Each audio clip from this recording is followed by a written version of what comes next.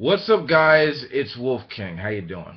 All right, this video is going to be it's my second response to True Freethinker, aka Mariano. Okay, excuse me. All right, so what did you say?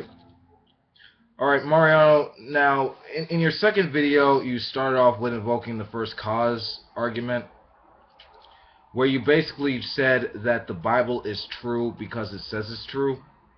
You know, you started off saying with like in the beginning, God created the yada yada yada yada yada. And then you said it was basically true because it said it was true. So you know that's arguing in a circle. I don't really see how that helps. And then you went along and then said that that the Bible apparently has knowledge about the space-time continuum and matter, apparently invoking scientific concepts. Now this is sophistry for one main reason.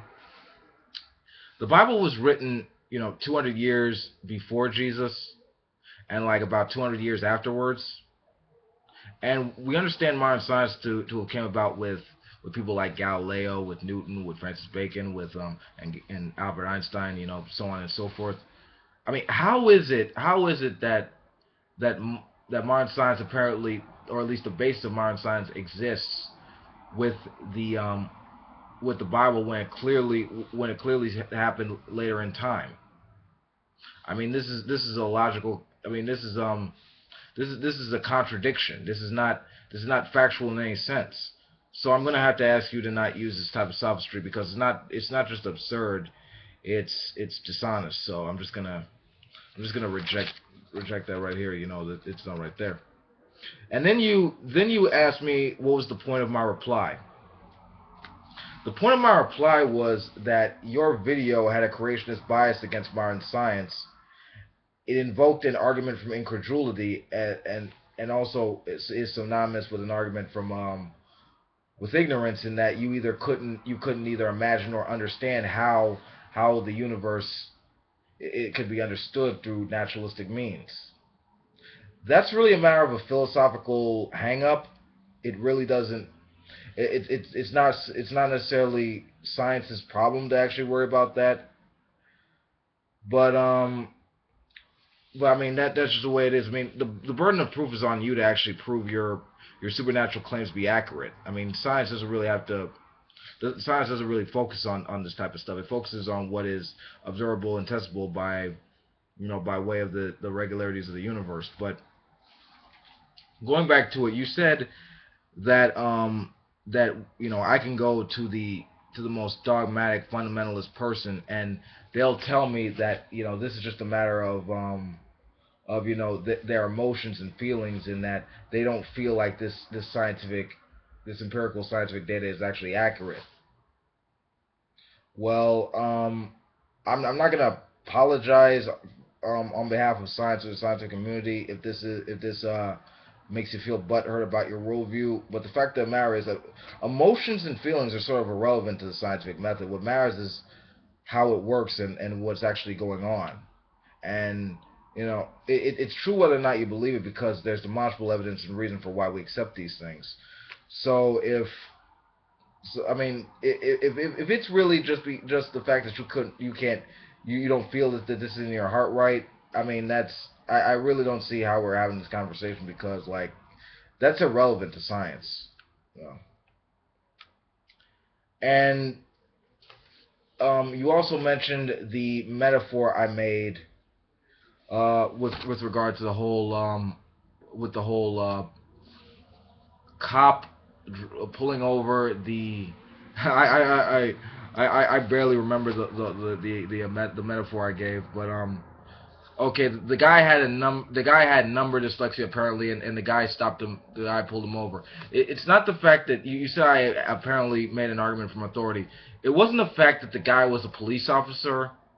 It was the fact that he employed an empirical method to make very clear to the other guy that he was going at an incorrect speed. All right, and it's really irrelevant to the guy whether or not he could actually interpret it. The fact of the matter is there was an empirical method that was actually used to demonstrate that what he was doing was incorrect. And also with regard to you also asked me how my reasoning is valid, and you said that the only way my reasoning could be valid is that I borrow from your worldview, and that's incorrect. You know, basically, we have the reason we can understand how a person's reasoning is valid, and I understand that there are some people in the world who can't tell that their reasoning is valid, but how do we actually determine that? Well, we have tests, we have standards, we have definitions. We can demonstrate, we can actually see how our brain states are actually measured and done by machines. So we have measurements to actually do this, and it's all, and we have means of communications to make sure how it's valid, and the very notion of logic is intrinsic within those systems. They have to make sense. They have to be factual. Otherwise, it wouldn't really make sense. Like talking to other people, it's not a matter of presupposing anything. Talking and trying to argue in circles really does nothing. So I mean, the principles of logic are intrinsic within language itself. I mean, we see this within primates. I mean, primates who use sign language. I mean, logic is language itself. So I mean, do primates presuppose a deity exists? Of course not. They don't even know. They don't even know. And we're talking about like our cousins, our evolutionary cousins. I know you might not accept that they're true, but as far as science is concerned, it is based on the DNA and stuff. But yeah, I mean they don't suppose a God, and they can do this too, but that's just a matter of like learning through empirical methods. And you also tried to bring up the evolutionary argument against naturalism, where you weren't necessarily playing Darwin's advocate. You were trying to shoehorn that in, but even if our cognitive faculties were faulty, and there's no evidence that there are, because natural selection clearly tends to improve them. Even if they were faulty, we have learned behavior that can correct such errors. And also, the fact of the matter is, you know, we are governed and rooted in this world by the laws of nature. They apply to us and they're real from our perspective. So the fact of the matter is, we work with that because that's what's there. Presupposing and arguing and trying to reason in circles proves absolutely nothing about your worldview.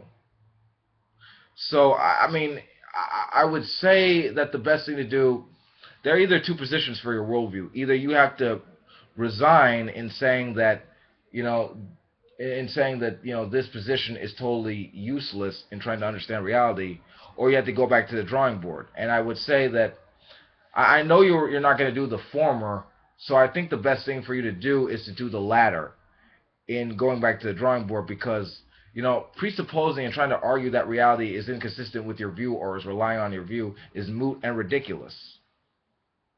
What matters is it's really just forcing opinions, and opinions are a lot like assholes. They all thinking everyone's got one. What matters is the facts, and facts are like functioning brains. Not everyone has them, but if you do, you use them. So I would say, like, listen to the facts and strive to the facts, and maybe we could have like a rational conversation about this. But until then, it's I don't really see how we could actually have that with this type of sophistry you're employing. But that's my video. I'm gonna make the third one tomorrow. This has been Wolf King. Peace out. Sape aude, dare to know.